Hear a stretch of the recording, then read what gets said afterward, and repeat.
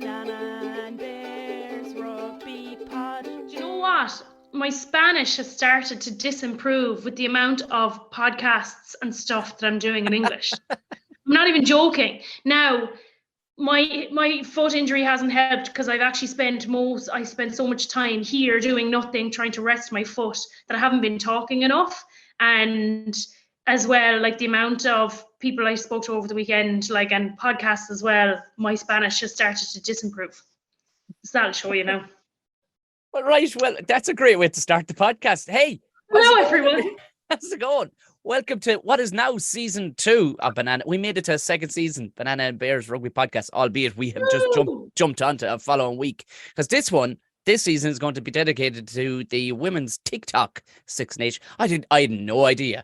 I had no idea TikTok were so big that they could sponsor a Six Nations. Holy sweet Jesus. I know. Incredible. We can't drink TikTok, though. That's the only thing. We cannot drink TikTok. No, but we can continue to drink Estrella. Estrella. And Murphy's without conflict of interest. Perfect.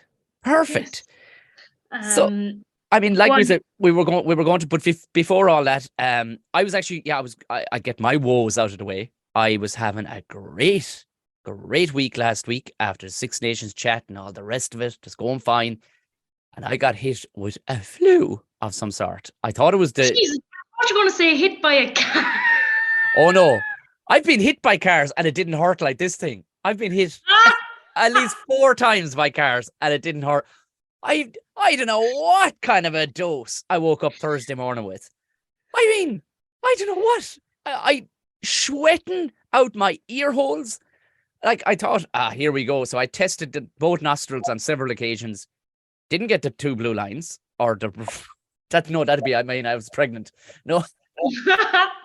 Oh, congratulations. The 2 red lines. So I spent Thursday and Friday in the most horrendous a sickness that I've never in all my life had. Never had anything. It felt like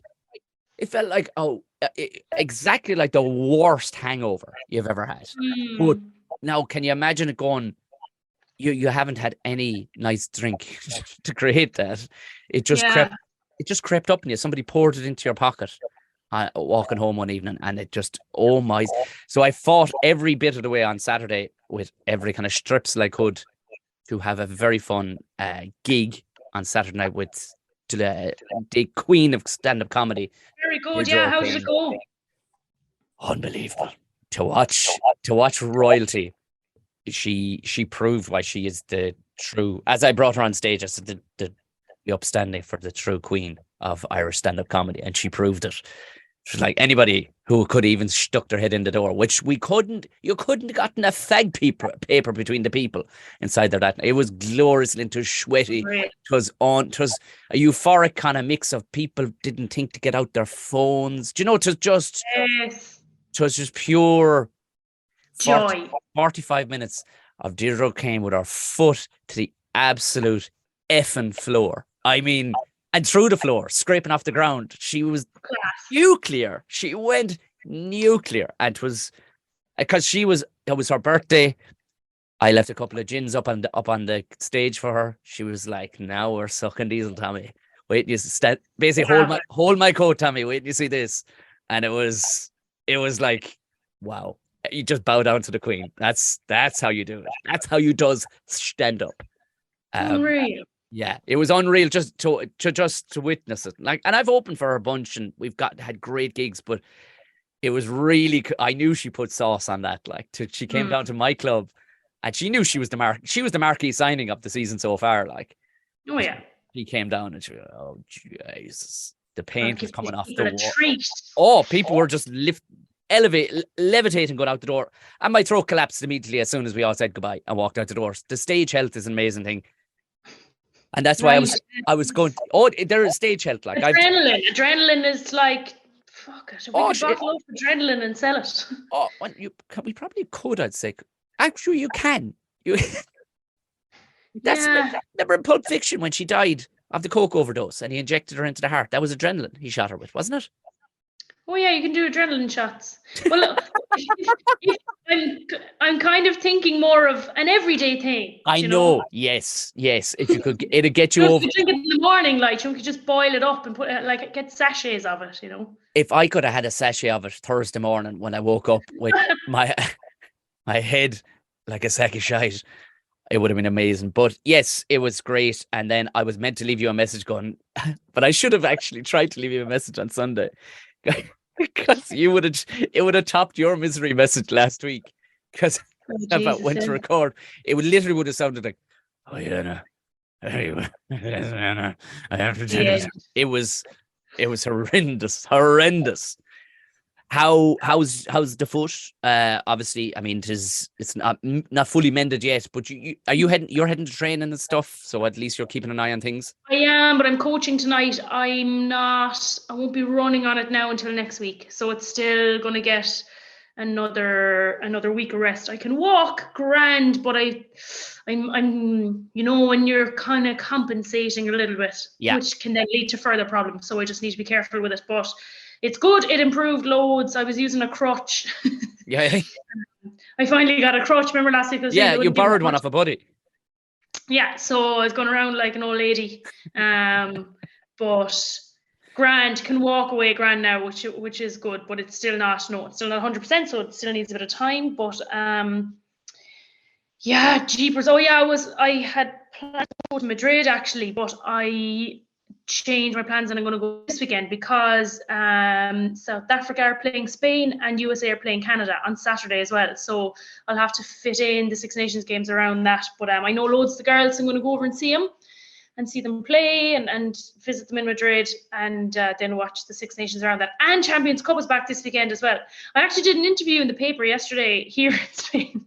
Yeah. Jeez, I talked some amount of shite. I'd say, I don't know what. In Spanish?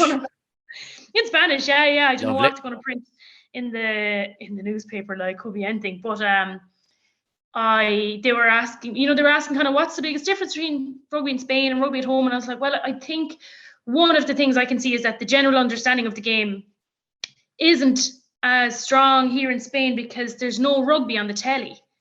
And then they were, I was saying like I watched rugby like most weekends. They're like, how many games would you watch a weekend? It was like, I don't know, it depends how many were on. Like if there was 10 games on, I'd watch the 10 games. Like, and he was like, really? So 10? Will I include 10? Did you watch 10 games every weekend? And I was like, yeah, sure, go on. But it could be 10. Do you know if you had the chance to watch? Oh, listen. If you had the chance to watch all of them. It certainly used to be in the days when the women's and the men's was on the same time and you'd watch the under 20s as well. Like you could watch the 9 games in the weekend. And then if Munster or any of the provinces were playing as well. So, but we won't fluff around anymore. Tough out weekend. Where did you watch it? Yeah. I watched it here at home on my laptop on the dodgy box because I wanted to hear the commentary. That's the thing, because a few girls were kind of like, oh, let's go out and watch it. And I think a few of them got together to watch it. I just really wanted to hear the commentary in English. So watched it at home on my Toblerone and then went out for some tapas afterwards to cool the jets because it was an old roller coaster to say the least. Now, like, jeepers, it's so ironic because what I've wanted and what so many people have wanted for so long, and like it's funny you talk about the TikTok thing because that's part of it as well. Coverage for the women's game, coverage, support, journalists covering it, people talking about it, podcasts, everything. That is literally like on fire, that whole front of women's sport and women's rugby at the moment. And it's just so heartbreaking that we are in the position that we're in at the moment where everything is taking off. Everyone's making progress. You could argue that, Ireland are making progress as well, but it has been so glacial, at such a glacial pace, that we're so far behind. I'm there telling people you have to get down to support the women's games. Go, bring everyone. And people are going to turn up to, games. And I wouldn't sugarcoat it anyway that, like, look, we're in the position we're in and we might not beat France, we might not beat England, but we certainly have a chance against, the other 3 teams. But to have been handed a scoreline like that versus Wales is that's the game. They're the games you need to win. So 31-5 for anybody who didn't catch it. 31-5. 31-5, yeah. I mean, that's getting an arse slapping. Like, this. I mean, it's not taking 50, which is the absolute kick in the teeth, but it is 30. I think there could have been 50. Had Wales put a few more things together, it could have been. But I mean, to hold them to that at the same time, given some of the players they have, I thought personally, I could see positives in it. A big positive I took was, listen, I was listening to it was actually the BBC commentary they had that I was watching in and out of the bar.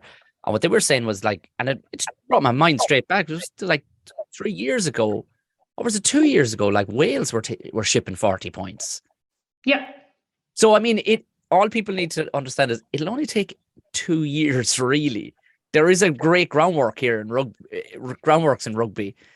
2-3 years, and we can get the women back sucking diesel again. Like, you know what I mean? Yes, but yes, you're right, and I agree, and it's going to take time, and we have to be patient. But I'm so cynical, and I'll fully admit that. Yeah. I'm very cynical. I'm impatient, and I'm not going to, good things are being done. Great, but I'm not going to sit back and wait for next 2 years. I'm going to make sure that those things are being done from whatever way I can, by just talking about it and covering it and talking to my friends and talking on podcasts and things like that. I'm not going to sit back and be like, right, the IRFU have a plan. I fully trust them, and I'm warranted to say that because they lost our trust for a very long time. Mm-hmm. I and others, we're entitled to feel this way, to feel a bit impatient. And look, I know they've put a plan together. There's a million different ways you could do things around Irish women's rugby, like going forward, but they've decided on the areas of progress that they're going to focus on. And so I'm not going to sit here and be like, oh, great, that's great. Now we'll just wait 2 years and we might beat Wales, who will continue to progress as well. But it's not Wales should be aiming to beat. Like, we used to be able to beat England and France. Like, that's what we need to be aiming for again. And sorry, this is all of the conversations are like this week. We can't really focus on the rugby. There's so many kind of, I'm just disappointed for the girls. They didn't play as well as they could. Like, so the scoreline says one thing, but also, when people referring to, look, the scoreline is this way because people aren't professional, but also think that the girls will be disappointed with how they played as well. And there's a lot of shuffling around positions and stuff, like usually things that you get to practice in a warm-up game. Like, we always had a warm-up game versus Wales, actually. It used to be versus Spain, and then they kind of had this agreement with Wales that 1 year we'd go to Wales, then they'd come to us. And you'd go and you'd bring your squad of 30 whatever, and everyone would get to play. And anything that the management are thinking in terms of, like, would she be able to link up with her in this position, etc., you try it out then. But it seemed like they were trying it on Saturday in the first game, which is very frustrating because this is when it counts. And, if anyone as well doesn't know, the top 3 places in this Six Nations, which I'm sure, going on kind of previous, unless there are any upsets, like England and France will take first and second position. Third place is kind of what all the other teams have been aiming for in the last few years. But third place this year means that you qualify for the WXV tournament that's starting next year. So this is a whole new worldwide tournament. It's like a yearly World Series for 15s, essentially. So it's like sevens. It's almost like sevens or 15s. Almost, yeah. Amazing. So it'll be like November internationals, tiered. Oh, right. Yeah. Yeah. So the top 40, however many number of teams will play a series together in whatever one of the host countries is. And then there'll be a second tier, and then there'll be a third tier. And Ireland are fighting now to get into the second tier, when actually we should, given how good the men's team are and how brilliant, like, the men's and the under-20s are and how well supported they are and they have been, why can't we expect the same for the women? And, like, why can't we go and be in that World 15? WXV like tournament. It's just we'll get there, but I'm not gonna sit back and be like. So what do you see happening over the next couple of weeks? Because they can only improve as they stay together now in camp. Yeah. Now, they did, like you said, positional changes, because there was a few points where they looked at 6s and 7s taking the ball standing and stuff like that, and it was almost like, Jesus Christ, they have moved you. Like, you're not confident in your positioning, like on where you're supposed to be. This is trainer's issue. This is a trainer's fault. Whoever is at fault here. This is because you've got 15, so you can see they're athletes, but they're kind of going, but now for anybody wanting an example, Bundyaki was put one position out against Italy, and he was like his arse was hanging in the wind. One position out, and that's a guy who's playing at a professional level. You know what I mean? Absolutely. Yeah, so it can be very unsettling. And they were moving around a lot. And considering they'd only had 2 camps together before playing this game, sure, how could you get sufficient? Like, if it's a new experience for you, like there's girls playing out of position different to what they play in their club. Yeah. So yeah, it's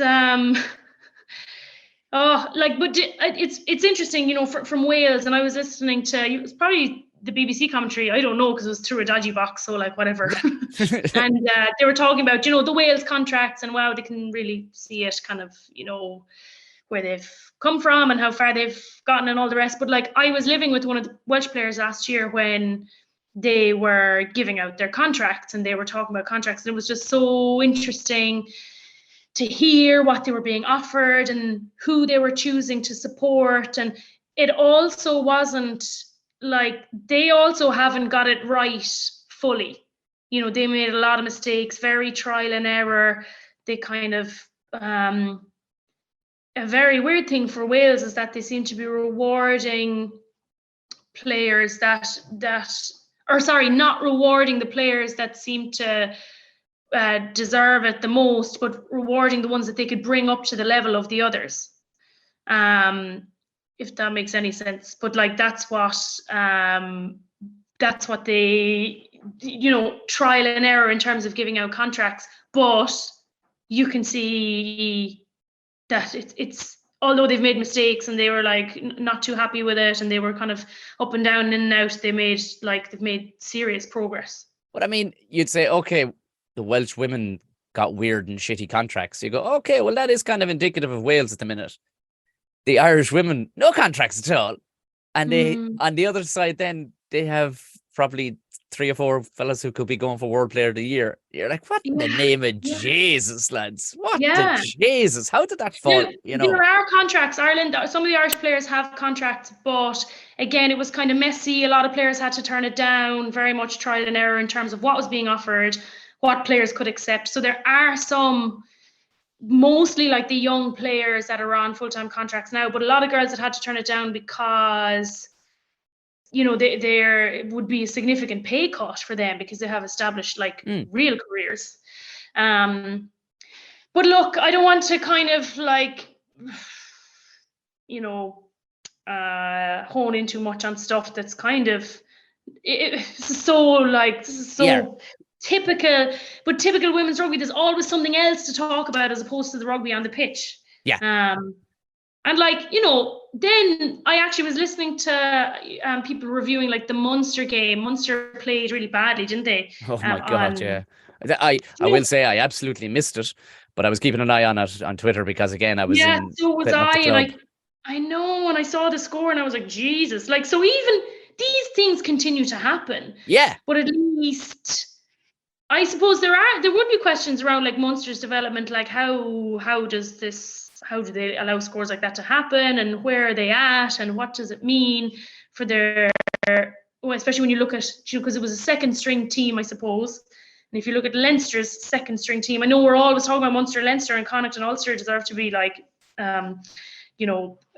into the conversation as well. But when you look at Leinster's full squad and their second team, that's a real talking point in the men's game. But actually, at the end of the day, you get to go back and focus on like how they played and the players themselves and all the line out and everything. Whereas all this week, I've been talking about the background stuff of it's easier for me to talk about that, to be honest, because talking about the players, they're my friends, and like I know a lot of them so well, and I don't want to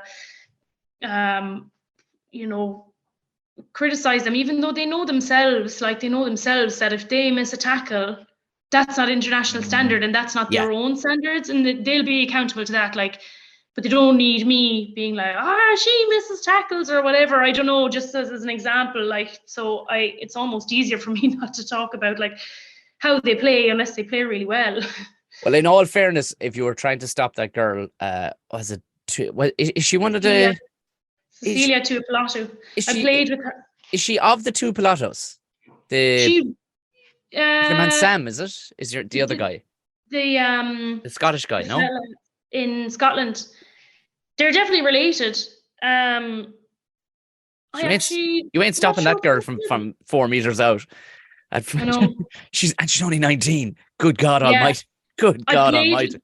I played with her last year in Gloucester, and and like I'd been playing with her, or at least training with her for a couple of weeks, and I found out she was 18, because that's when I was just like, you are 18. Like, I was floored. I couldn't believe it. But she's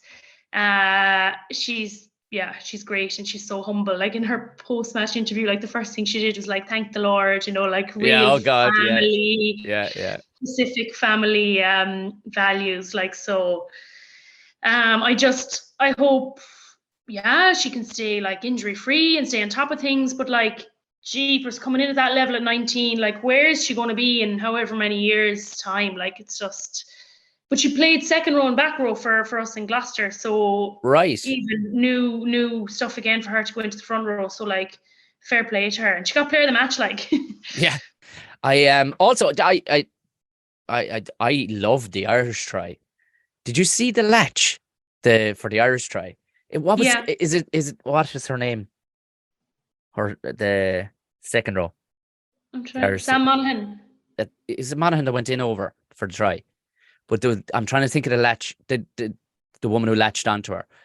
Oh my God, the speed of it! Like, you wouldn't see James Ryan getting the latch on, but because normally the latch, you're not allowed to actually hook onto your player now prior to them receiving the ball, so you can't pre-hook onto their jersey. I had... I'm trying to see it here because I don't actually know. It was Nicola Friday. That was it. Sorry. Nicola Friday was the captain. Nicola scored it. Sorry. Yeah. Who did the latch? So it might have been. It might have been. I can't remember who went. Jesus, was it? Who was it? Probably was Sam Monaghan. Could have been Niamh Jones. But it was like the speed of a cat. I thought it was actually in fast forward. Like, you wouldn't have... Like, it was such a tiny detail that I went, it kind of gave me joy, because it gave me more joy than it normally would. I went, there's a spark right there's this. You see, fuckers, if you just let him alone and don't be bothering him with nothing, and just train like who fucking mad yokes give him 6 weeks to train.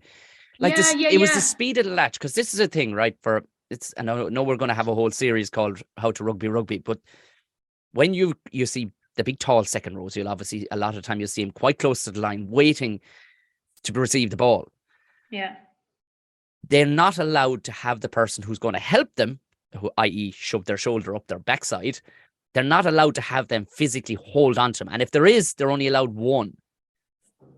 Two or three at a time isn't allowed anymore. Yeah. But a really good one will stand off and make it look like, hey man, I'm just going to run by myself.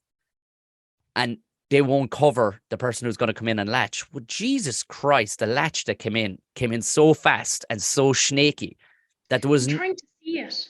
But we actually, I feel like this is probably similar way that they've trained it, but like, we'd actually get whoever picks the ball to come a little bit sideways, and then whoever latches comes in straight to straighten you up, so that you don't have to like crash straight into the first defender. You actually try to get outside her, and that's then maybe you what come I in at an angle. I probably, because it was from like an absolutely horizontal perspective. It was from directly behind, so I couldn't tell if she was coming at an angle or not.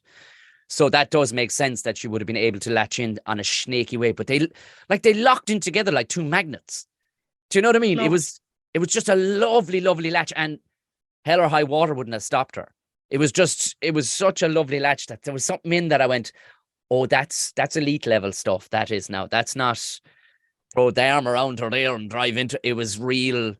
There was something in it that I went, yeah. There's the women. But that's what they're good at. Like they need to use that a bit more. But yeah, they didn't start to flow and get that energy around things until like the second half. So I feel like I'm excited about that they finished on that note. So they're like, right, that's how we know we can play. Let's keep using those things. And I suppose which they just didn't get to in the first half. It could have been like a bloody damp cloth, a wet cloth to the face to the first half. You know what I mean? Wales, Jesus Christ, they come at you and you're like, you're trying to catch your breath. It's the first round of the Six Nations. A lot of people are nervous. You can get caught, as I said about Bundy Eck, with your arse hanging in the wind there for a full 40 minutes before you know where, Jesus Christ, we're 28 points behind. Right? Trying to put the foot down. As we said, it happened to Munster the other night. They were 28 points down before they... Now, in saying that, here's the thing. Leinster were 22 points down and came back to level the game to level the game for 22 points. Now, Munster came back, but you can get caught cold in the wind if you've been out for a long time. Mm-hmm. So I suppose the hope, because Ireland play... Where do they play? Scotland? France next weekend. France this weekend in Cork. France played Italy at the weekend. Now they weren't great. They're still good. Like they're like the men's team, I think. Like they kind of turn up like completely on fire. And like they're in Cork, so like the Irish team like will be feeling like, okay, this is definitely somewhere we can score points and build a bit more confidence for ourselves. Like they'll be expecting France to be a little bit like down and a little bit like that they can kind of chip away at them a little bit. So that's what I'm hoping for. And like, if you're a player that's come off the back of a bad performance and you're coming in like, or if you're a team and you're coming against like a team that plays well, you have to believe that you're going to perform well and that they're going to be vulnerable. You have to believe that. Like you can't just, be sitting in the dressing room beforehand being like, sure, what's the point of being here anyway? They're so good. Like that's never going to work. What will take, like, is now, am I speaking like a naive, like UFC kind of person who would say, fuck what happened last week? I don't give a shit who the fuck they are. They're in our house. Let's fucking mow them down. How dare they show up here thinking that they can even have a hope? Fuck them. You know what? Like and if you get defeated, so fucking what? We'll deal with that at the end of the game. Like the notion that any coach would ever let their team out on the field, not believing that they can absolutely mow down these bastards and send it back to France with a pain in their hole. Like absolutely.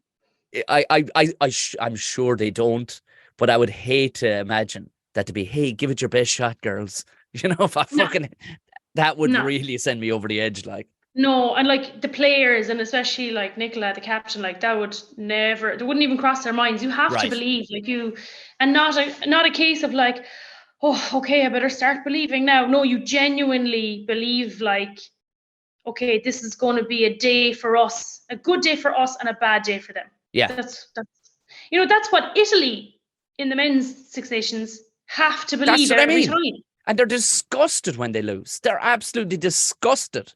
You see it, like, you really believe, and that'll come right then, like, Yeah. But I thought Italy were good as well. So Italy, sorry, I'll just talk about Italy, France while we're on it. Italy, France was good. Italy are in very good shape kind of comparison to previous years. Shout out to that woman. Is it Sam? What's her name? Oh God. For Ireland. No, for Italy. She went off for a HIA at one stage. I only got to see the highlights of it, but she 112 caps or something, or more even. She had a ludicrous amount of caps. And she's something like, her name? That's it begins with a B and it's very Italian sounding. I feel like saying Bergamasco, but it's like it's like Baratoni or something like that. Yeah, her, yeah. I should I have know the her. list I played against her so many times.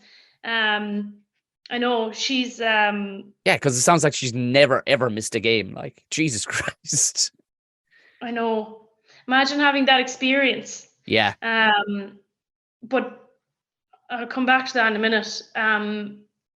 Italy, they're obviously, again, full-time. They were at the World Cup full-time as well. You can see it in their body shape, like that they've changed physically, their body shape, and they'll be very disappointed that they didn't pip France, because France hadn't won in Italy since 2017. So that was a real monkey off France's back. Yeah, Italy have beaten them like a handful of times in their last few meetings. So Italy will definitely have felt like they let that one slip. So, but Italy, I feel, have a fear of Ireland as well. So I feel like that'll be an interesting one. Depends how the teams grow across the next few weeks. But it was pouring rain in Parma. I was like, oh Jesus, there were so many handling errors, which was really frustrating. Because you can't get into a game, and there's so many handling errors. I know. The freaking weather, especially from the French, they're so good. They have such good handling skills. But yeah, France came away, and like Italy were in it up until the last couple of minutes, like, so France came away with the win there. But going back to like the number of caps, so England played Scotland after with the late Saturday evening game. Did you see any of it? No, I didn't, because of the gig. No. So yeah, they absolutely handed Scotland their arse, which is expected. Oh yeah. They no, it's so funny. Scotland still were able to do some really like positive things. It's so funny. You could lose 50 points to nothing to England and still be like, Jesus, there was loads of positives there. That's how big the gap is, you know. But like England had a prop get her first cap for them who used to play for Canada. So that's that new rule in play. If you've been out of the game for or after, yeah, right? You're allowed to avail of that law change if you have parents from she said English parents or grandparents, parent or grandparent. So that's how you're allowed to change. So that was very interesting. Like, I feel like very kind of peculiar thing to happen in English rugby, especially in the women's game. But they had so many injuries as well, England, like, so they're kind of peeled back a good bit. But my God, their squad is still absolutely fire. Like, there's girls there that didn't get to go to the World Cup that are just like back ready to rock. But they had Sarah Hunter, who's their captain, retire. Oh yeah, you were telling me this. Yeah. Yes. So she is the most capped English rugby player. She had, after Saturday, she's bowed out now at 141 caps. It's the most caps of any English player. Like, it's actually really annoying. If you Google it, most capped English rugby player, Jason Leonard comes up with 122. And who's the other fella? I don't know. Lawrence Delaley or somebody. Yeah. No, it's Youngs, Ben Youngs, is that right? Oh, has he? Right. Oh, yeah. He has over 100, all right, yeah. 114 caps. So Sarah Hunter has 141, Rocky Clark has 137 or something like that. But they don't appear on the list of England's most capped rugby players, which is total bullshit, because they are England's most capped rugby players. And you can't find it. Like, it doesn't appear in any Google search, like. And actually in New Zealand, they're doing a campaign about that to like correct the internet, because if all of the default results are men's results, like I was looking for, I just put into my search bar Ireland v Wales. I was trying to get stats or something. Ireland v Wales stats on Saturday. Nothing. I don't know how far you'd have to go down to find the women's game, which was on that day. Yeah. It's very annoying. Like, and it's it's something that needs to be like rectified somehow. I don't even know how you'd suggest doing it, but there's a campaign in New Zealand going on about it. It's very interesting. But I just think about like, and Marley Packer is going to take over now next week from for captaincy. She has 90 caps. Jesus. And Ireland altogether have just about over 100 caps. Oh my God. Oh my God. So yeah, experience like pouring out their ears, like pouring out their ears, definitely. But like the amount of playing opportunities that those girls have got now, they've been in the squad for ages. But like Ireland have always had young girls coming into the squad, and one way or another, they just don't make it like past 30, 40, 50 caps. Like so few players have reached 50 caps. It used to be more kind of back in the day, but it's changed so much in the last few years to just keep bringing in, like replacing older players, or older players are just like, I've had enough and I'm out or whatever. So it's just crazy. Like Nicola Friday has the most caps. Do you want to guess how many she has? 56. 29. She's the most capped player. Yeah. Jesus Christ. Yeah. Wow. Isn't it crazy? Yeah, I mean, a lot of injuries and stuff, and she's been consistently in the squad the last few years, but she had an awful lot of disappointment as well. And it's just the playing opportunities. Like even if you're injured, you don't miss that many games. No. So yeah, it's just a bit cracked. And I just feel very down about it. I cried a lot over the weekend. I feel very upset about where we're at, and like I can't imagine how the players feel, but the thing is, if you're in there, at least you're like, okay, I can do something about it now, whereas I'm just sitting here. Yeah. Well, of course, I mean, you have a tangible connection to the bloody thing. Like, it's not like, not just a fan. You're like, Jesus Christ. Yes, but I also said, like, when I retired last year, and like it was kind of out of my hands, it wasn't really on my terms. I'm still coming to terms with accepting it. But also I said that, like, you can't really use your voice as a player. It's too risky. Okay. So when I retired, I was like, okay, well, now I've got nothing to lose. So this is me talking about it. And people will say like, oh, it's because she's bitter, or it's because I'm like, yeah, I am. I'm bitter and I'm cynical and I'm impatient with the progress. And I'm going to keep battering away. And I know that there are brilliant people in there doing good things.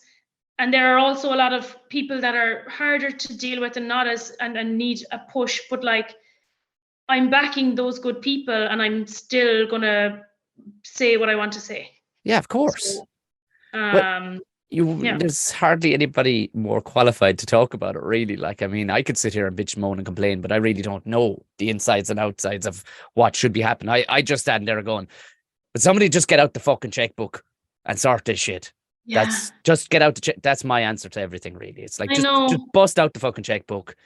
Just come on. Like, we'll put your name on the jersey. It's fine. Come on. Yeah, and if you look at, England will probably, it mightn't be this year, but certainly at the World Cup, they will sell out Twickenham Stadium. Phenomenal. Like, they've already sold 40,000 tickets. Like, it'll be even more after the weekend. There'll be tens of thousands of people in Twickenham the weekend they play France, whatever weekend that is. The return on the investment is already here for them. Yeah, sure, it's there to be proven. It's there to be proven. Like, you see it. Like, sure, the under-20s packed out Musgrave Park last night. Like, the case in point. There you go. Yeah. Look at it. Yeah. It's a sport that we already really like, and you have an avenue that we need to exploit is the wrong word, but exploit, if you're talking in business terms, it is exploit the avenue that hasn't been exploited. Like in any business. Yeah. Get after it. Like in any business. Now, I actually have to go because I need to put on some pants before I go to training. I was saying earlier, it's 21 degrees, would you believe? 21 degrees. Suffering, sweet Jesus. So first round of next weekend coming in Musgrave Park. It's a 3:00 game. Of course, I'm up in Dublin gigging because Musgrave Park is only an hour down the fucking road for me, but I'm going to be in Dublin. Jesus Christ. Do you know what? To be fair, I had I was talking to my sister after the game, whatever week or whatever day this week, and she said herself and my other sister were going to go to the match because the girls need all the support they can get. So Yes. I was like, well, fair play to you. And I hope that a lot of people have that attitude and they're like, right, let's go out and support the women because they're in a... You know what? Get down to Musgrave Park. You're never going to be disappointed in Musgrave Park. It's the perfect size of a stadium. Get down there. They always have chips, and you're going to be supporting the girls in green, for Christ's sake. Well, have a drink. Meet your friends. Yeah. Catch up. A pint inside in the Dolphin Bar. Jesus Christ. Why not? So you have to... You got to head to training. I know, and I need to tell you something, Gareth. Hang on now. I was just looking at my fixtures. Huh? Oh, sorry. Go ahead. I was going to say, hang on now, where is it? Oh, see, I've written them here in Spanish time, so 3:15, I think. 4:15 for me. That is this humble brag. Oh, sorry, did I write that in Spanish? Oh. Sharks versus Munster at 1:30. I know. What? Is Sharks versus Munster at 12:30 at home? 12:30 in the day. Class. Rugby, breakfast rugby. Breakfast rugby, yeah. Spain versus South Africa. Canada, USA, Scotland and Wales. Now, before we go, right, to read out this message I got from my friend. Now, I say friend, I haven't seen him in years. It's not a wild inaccuracy that I've come out with about rugby, is it? So good. I need to correct the Tom fella on something there, is it? No?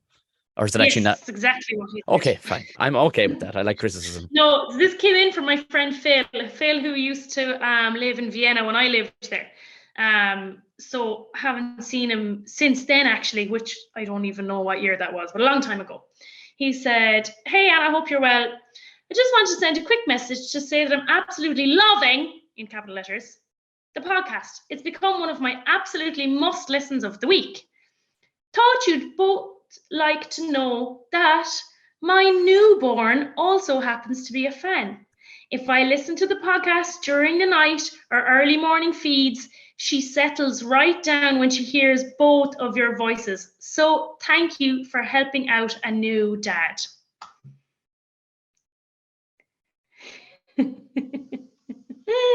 That's it. The podcast.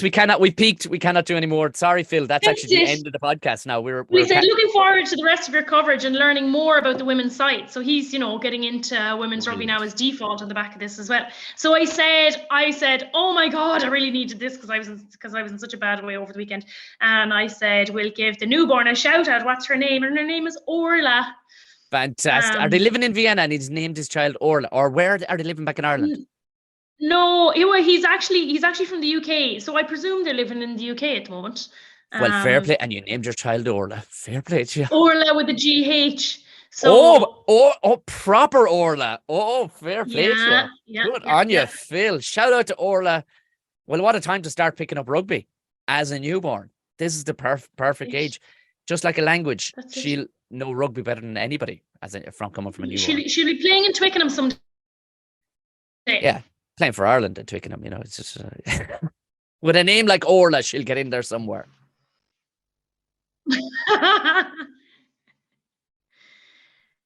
Well, that has absolutely warmed the cockles of my heart. Right, you go training. Ireland play this weekend against France. If you can get to Cork, 2:15, get to Musgrave Park. Chips, pints, and the girls in green. You go train and mind your gammy foot. Oh yeah. I'm coaching tonight. Oh, so. Good. All right. Slán Abhaile. Slán Abhaile. The banana.